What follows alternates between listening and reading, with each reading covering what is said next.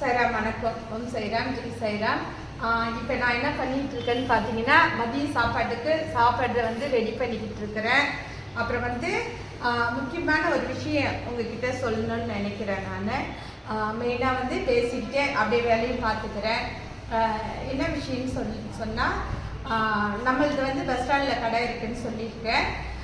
நம்ம கடையில் மதியம் ஒரு வேளை சாப்பாடு, காலை டிஃபன், நைட்டு டிஃபன் போய்கிட்டு இருக்குது. அப்புறம் மதியமும் சாப்பாடு சமைச்சு போட்டுக்கிட்டு இருக்கிறேன். இப்போ மதிய சாப்பாட்டுக்கு நான் எல்லாம் ரெடி பண்ணிக்கிட்டு இருக்கிறேன். அப்புறம் இன்னொரு விஷயம் சொல்லணும். நம்ம channel STR herbal hair oil channel நம்ம முருகர் சாங்கு, பக்தி பாடல்கள் இந்த மாதிரி போட்டுக்கிட்டு இருந்தேன். அது எப்படின்னா, நம்ம அந்த வீடியோக்குள்ளே போயிட்டு போட்டேன். அது எனக்கு என்னன்றது தெரியாது. எனக்கு தெரியாதுன்றது யூடியூப் சேனல்காரங்களுக்கும் தெரியாது. ஏன்னா எனக்கு தெரியாததான் எதுவுமே செஞ்சுக்கிட்டு இருக்கேன். எல்லாமே உங்களுக்கு தெரியுதான்னு கேட்டிங்கன்னா, எனக்கு எதுவுமே தெரியாததான் நான் செஞ்சுக்கிட்டு இருக்கேன். வீடியோ போட்டதுனால அந்த மாதிரி அந்த வீடியோ பிளாக் பண்ணி வச்சுட்டாங்க. இப்போ நான் போடுற வீடியோ பார்க்க முடியும், ஆனால் பிளாக்ல இருக்குன்னு சொல்லியிருக்காங்க. நமக்கு டிசம்பர் மாதம் வரைக்கும் அது பிளாக்ல இருக்கு. அதனால புது சேனல் நம்ம ஏற்கனவே போட்ட லோகோ போட்டு இருக்கிறோம். அதுபடின்னு தான் இப்போ திரும்பியும் நம்ம புது சேனல் நான் ஆரம்பிச்சிருக்கிறேன். பழைய சேனல் இருக்கு, அவங்க கொடுக்கும்போது கொடுக்கட்டும். அப்புறம் இப்போ இருக்கிற சேனல் பண்ணப்பா, இப்போ இருக்க சேனல் நம்ம இப்போ இருக்க சேனல் நம்ம பிஸ்னஸ் ஆரம்பிச்சு பிறகு தான் கரெக்டாக வீடியோ போடணும் அப்படின்னு நினச்சிட்டு இருந்தேன். மெயினாக எனக்கு வீடியோ எடுக்கிறதுக்கு, எடிட் பண்ணுறதுக்கு ஆள் இல்லை. இந்த வீடியோ பார்த்தீங்கன்னா, நம்ம சுற்று வட்டாரம் கடலூர் மாவட்டம், கடலூரில் எங்கே இருந்தாலும் சரிதான். இங்கே வேலையும் இருக்குது சரிங்களா. நம்ம கம்பெனியில் வேலையும் இருக்குது, தங்கிக்கலாம், சாப்பிட்டுக்கலாம். அப்புறம் எனக்கு எடிட் பண்ணி வீடியோ எடுத்து எடிட் பண்ணணும். அதுக்கான ஆட்கள் இருந்தால் தயவு செஞ்சு எனக்கு கான்டாக்ட் பண்ணுங்கள். என் நம்பர் போடுறேன் சரிங்களா. அப்புறம் இப்போ நமக்கு என்ன வேலை போய்கிட்டு இருக்குன்னு பார்த்தீங்கன்னா, மதியம் சாப்பாடு போடுறேன். காலை டிஃபன் போகுது, மதியம் டிஃபன் போய்கிட்டு இருக்குது.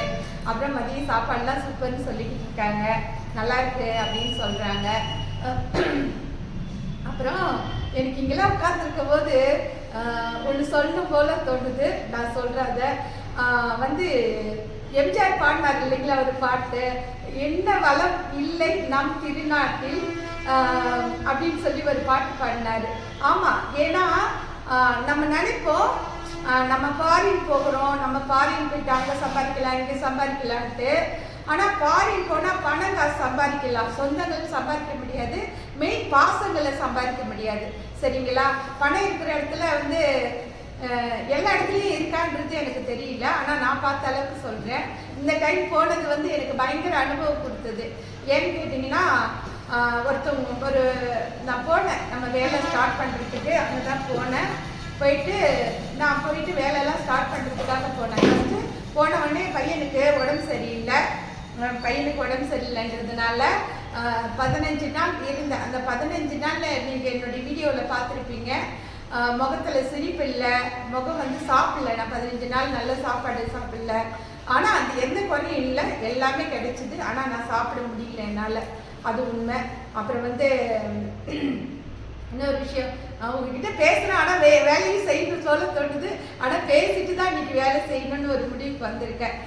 மெயினாக நான் போன பிறகு பார்த்தீங்கன்னா, என்னுடைய பையன் நான் சொல்லிக்கிட்டே இருந்தேன். பையன் அவனுடைய ஃப்ரெண்டு கீழே 3வது மாடியிலேருந்து கீழே தள்ளி பிள்ளைக்கு அடிபட்டு மூளையில் ரத்த கசிவு, காதில் ரத்தம், கை முட்டி எலும்பு உடஞ்சிடுச்சு. அப்புறம் பார்த்தீங்கன்னா காது சரியாக கேட்கலன்றான், கண்ணு சரியாக தெரியலன்றான். இந்த மாதிரி பிரச்சனைலாம் பையனுக்கு இருக்குது. நம்ம வாழ்றது எதுக்குன்னா, நம்ம குழந்தைங்களுக்காக தான் வாழ்றோம் சரிங்களா. நமக்காக வாழ்க்கை கிடையாது. என்னை பொறுத்தளவுக்கு அப்படிதான். நான் என்னுடைய குழந்தைங்களுக்காக வாழ்கிறேன். அப்படின்ற வாழ்க்கை, அதுங்களை மிஞ்சின ஒரு வாழ்க்கை எனக்கு ஒன்றுமே கிடையாது. அப்புறம் எந்த ஊருக்கு போனாலும் நிறைய நாள் இருப்பீங்களா, ஃபாரின் போனால் அங்கே இருப்பீங்களா, இங்கே இருப்பீங்களான்னா என்னால் நிஜமாக சத்தியமாக என்னால் பிரிஞ்சு இருக்க முடியாது. அதை விட எங்கே வந்தாலும் நம்ம நாடு, நம்ம ஊர், நம்ம விருத்தாச்சலம் மண், அந்த இடம் போயிட்டு இந்த விருத்தாச்சல மண்ணில் காலை வச்சுன்னு வச்சுக்கிங்களேன், அப்படியே நம்ம மனசெல்லாம் ரெக்க கட்டி பறக்கும். என்னமோ நமக்கு ஃபாரின் போனாதான் ஒரு சந்தோஷம் வருன்றது கிடையாது. நம்ம ஊருக்கு வந்தாதான் அந்த சந்தோஷம் கிடைக்கும். அந்த மாதிரி எங்க ஊர்ல வந்து நான் காலை வைக்கணும், அதுதான் எனக்கு சந்தோஷம் அப்படின்னு நினைப்பேன். காலையில 4 மணி 5 மணிக்கு தண்ணி ஊற்றி தொண்டெல்லாம் கட்டிக்கிட்டு இருக்குது, வாய்ஸ் எல்லாம் மாறி போச்சு. அதுதான் அப்படி பேசுறேன். அப்புறம் வந்து மெயினா ஒன்று சொல்றேன். இப்போ நம்மளுக்கு வந்து புது சேனல் ஆரம்பிச்சிருக்கோம். அந்த சேனல்ல வந்து தயவு செஞ்சு எனக்கு வந்து அதுல 7000 சப்ஸ்கிரைபர் மேல வந்துட்டாங்க. ஆனா வந்து இப்போ நான் புது சேனல் ஆரம்பிச்சு இப்போ 2-3 சப்ஸ்கிரைபர் தான் வந்துகிட்டு இருக்காங்க. ஏன்னா எஸ்விஆர் தாயம்மா கிச்சன்ல வந்து எனக்காக வந்து சப்போர்ட் பண்ணணும், லைக் பண்ணணும், ஷேர் பண்ணணும், சப்ஸ்கிரைப் பண்ணணும். அப்புறம் வந்து நான் எப்பயுமே சொல்லுவேன், நம்ம யாருக்குனாவது எதனா செய்யணும், அன்னதானம் பண்ணுறது எனக்கு பிடிக்கும், மற்றவங்களுக்கு உதவி செய்யறது பிடிக்கும், அப்படின்லாம் நிறைய விஷயங்கள்லாம் சொல்லியிருக்கேன். ஆனால் வந்து இப்போ நான் கடை வச்சதில் பார்த்தீங்கன்னா நிறைய பேர் வராங்க, நிறைய பேர் சாப்பிட்றாங்க, நிறைய பேர் நல்லா இருக்குன்றாங்க. சரிங்களா? பஸ் ஸ்டாண்டு கடைன்றதால எல்லாமே வசதியானவங்களா, ரொம்ப வசதியானவங்க வராங்களா அப்படின்னு கேட்டிங்கன்னா அந்த மாதிரிலாம் கிடையாது. ரொம்ப ரொம்ப ஏழைங்க, ரொம்ப இல்லாதவங்க, அவங்க உள்ளே வரும்போதே தெரிஞ்சிடுது. நான் போடுறேன், நான் அந்த வீடியோலாம் போடுறேன் பாருங்கள். ஏன்னா அவங்க உள்ளே வரும்போதே அவங்க முகத்தில் தெரிஞ்சிடுது அந்த பசி, அந்த பசின்றது நம்ம முகத்தில், அவங்க முகத்தில் தெரிஞ்சிடுது. அதனால வந்து 30 ரூபாய்க்கும் கொடுக்குறேன், 50 ரூபாய்க்கும் கொடுக்குறேன். 50 ரூபாய் தான் சாப்பாடு. சரிங்களா? 50 ரூபாய் 30 ரூபாய் இப்படி தான் கொடுத்துக்கிட்டு இருக்கிறேன். மெயின் வந்து நாங்கள் வந்து ஒரு 7 பேர் வேலை செய்கிற பிள்ளைங்க. அப்புறம் எங்கள் வீட்டு ஃபேமிலி எல்லாமே 7 பேர் சாப்பிட்டுக்கிறோம். எங்களுக்கு வந்து நாங்கள் அந்த வியாபாரம் பண்ணுற காசுலேயே அடுத்தடுத்து ஜாமான் வாங்கிக்கிறோம். ஏன்னா அடுத்து அதில் போடக்கூடாது அப்படின்றதுனால அப்படி போய்கிட்டு இருக்குது, நல்லா போகுது. அடுத்து நம்ம கம்பெனி வேலை இன்னைக்கு என்ன கிழமை, செவ்வாய்க்கிழமைங்களா, புதன்கிழமை நம்ம வந்து பலகாரம் போடுறதுக்கு எல்லாம் ரெடி பண்ணியிருக்கிறேன். அதிரசம், முறுக்கு, அப்புறம் ஸ்நாக்ஸ் ஐட்டம் எல்லாமே போட போகிறேன். அது கூட வந்து நம்ம எஸ்ஆர் ஹெர்பல் ஹேர் ஆயிலும் வரும். இனிமேல் தினம் தினம் என்னுடைய வீடியோ நேற்று கூட நான் சமைச்ச வீடியோ வந்து லைவில் போட்டேன். யார் பார்த்தீங்க அப்படின்றது தெரியல. இப்போ சமையல் வீடியோ எடுத்து எனக்கு எடிட் பண்ணி போட ஆள் இல்லை, அதனால நம்ம சமைக்கிறது வந்து லைவாக காமிக்கலாம் அப்படின்றதுனால. அப்புறம் இன்னொரு விஷயம் என்னன்னா, நாங்கள் சமைக்கிற சமையல் உங்களுக்கு மட்டுமா அப்படின்னு கேட்டிங்கன்னா, ஹோட்டலுக்கு மட்டும் அப்படி சமைக்கிறீங்களான்னா எங்களுக்கு தனியாக, ஹோட்டலுக்கு தனியாக அப்படிலாம் கிடையாது. நாங்கள் சமைக்கிறது வந்து நாங்களும் சாப்பிட்டுக்கிறோம். இந்த பூண்டு தான் நாங்களும் சாப்பிட்டுக்கிறோம். அப்புறம் பார்த்தீங்கன்னா மக்களுக்கு கொடுக்குறதும் அதே சாப்பாடு தான். சரிங்களா? நம்ம எல்லாருக்கும் கொடுக்குறதும் நாங்கள் அந்த சாப்பாடு தான் கொடுக்குறோம். நாங்கள் சாப்பிட்றதும் அந்த சாப்பாடு தான். ஏன்னா எல்லாருமே ஒரே மாதிரி தான். சரிங்களா? சில பேர் ஹோட்டல் வச்சுட்டு போயிட்டு வீட்டுக்குள்ள தனியாக சமைச்சு சாப்பிடுவாங்க, ஹோட்டல் சாப்பாடு பிடிக்கலன்னுவாங்க. அது ஏன்றது எனக்கு தெரியல. ஆனால் நாங்கள் சமைக்கிறது எப்படின்னா, நாங்கள் இதுலேயே சமைச்சு இதுலேயே சாப்பிட்டுக்கிறோம். ஏன்னா நாங்கள் தனியாக எதுவுமே பண்ணலை, வீட்டுக்கு எப்படி சமைக்கிறோனோ அதே மாதிரி தான் சமைக்கிறேன். இங்கே பார்த்தீங்கன்னா ஒரு பெரிய பெரிய ஹோட்டல்லாம் இருக்குது. அவங்க ரெகுலர் இப்போ கஸ்டமராக ஆகிட்டாங்க. எங்ககிட்ட வந்து டெய்லி வந்து வாங்கிட்டு போகிறாங்க. சாப்பாடெல்லாம் நல்லா இருக்குது அப்படின்னு சொல்லி வாங்கிட்டு போகிறாங்க. டெய்லி வந்து நான் வந்து சாம்பார் போட்டால் அவங்களுக்கு சாம்பார் பிடிக்கல, ரொம்ப சாம்பார்லாம் விரும்பி சாப்பிடல. ஆனால் இன்றைக்கி சாம்பார் தான் வைக்க போகிறேன். முருங்கைக்காய், கத்திரிக்காய், அப்புறம் மாங்காய், அப்புறம் இதெல்லாம் போட்டு சாம்பார் வச்சுட்டு கோஸ் கூட்டு, உருளைக்கிழங்கு பொரியல் இதெல்லாம் பண்ண போகிறேன். அப்புறம் வந்து இன்னைக்கு மீன் குழம்பு, அப்புறம் மீன் குழம்பு வைக்க போகிறோம்.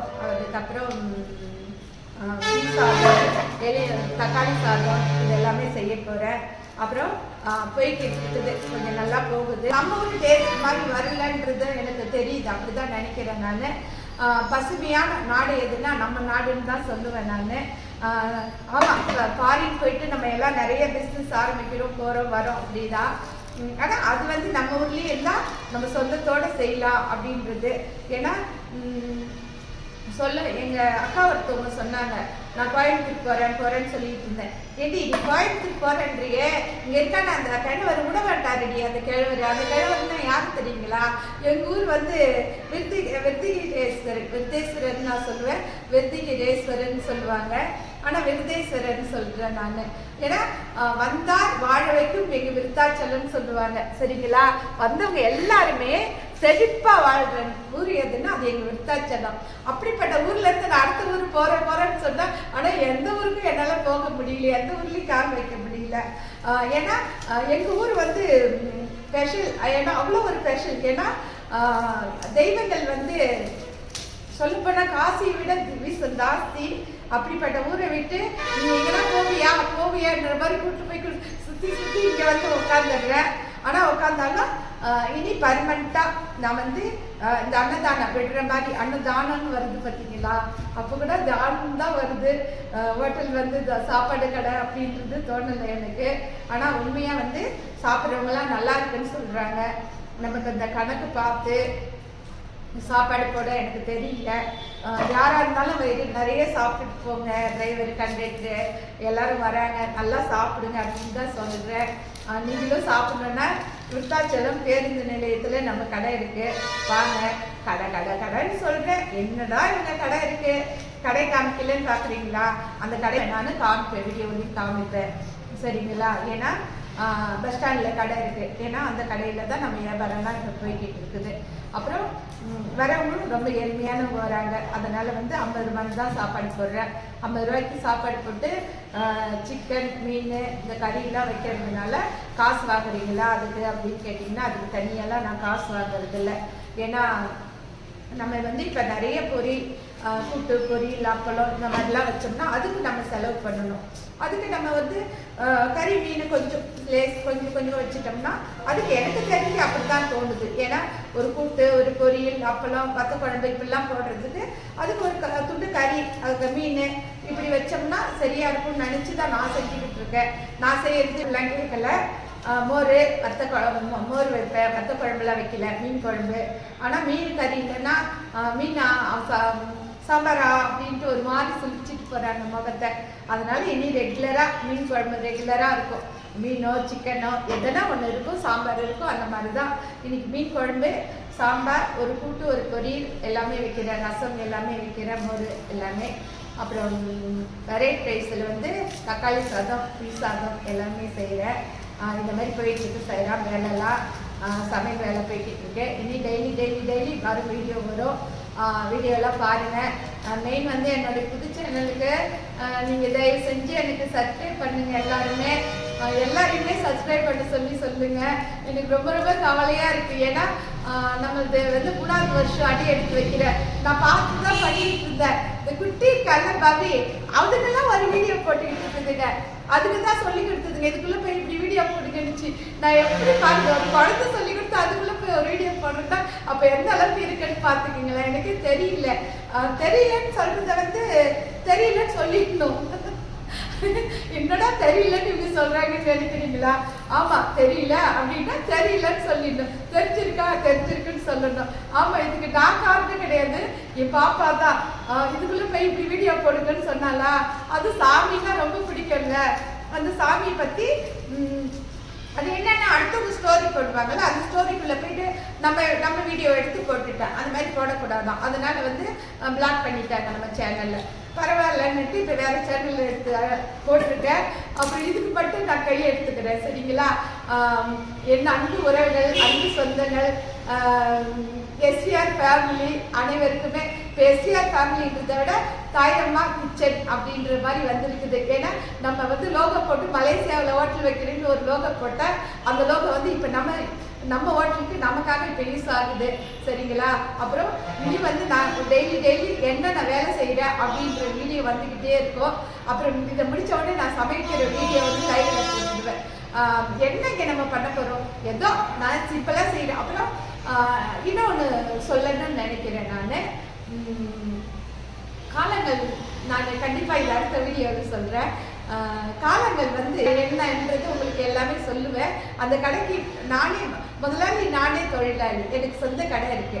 ஏன் அப்படின்னு சொல்றேன்னா ஒரு 20 வருஷத்துக்கு முன்ன இந்த மாதிரி ஒரு காலி கடையில வந்து நான் கடை வச்சேன். எனக்கு அப்போ எதுவுமே கிடையாது, காசு இல்லை, பணம் இல்லை, எதுவுமே இல்லை. தொழில் செய்யணும், பிஸ்னஸ் பண்ணணும் அப்படின்ற நம்பிக்கை மட்டும்தான் என்கிட்ட இருந்தது, சரிங்களா? அதுக்கப்புறம் அந்த கடையை வச்சு அதுக்கப்புறம்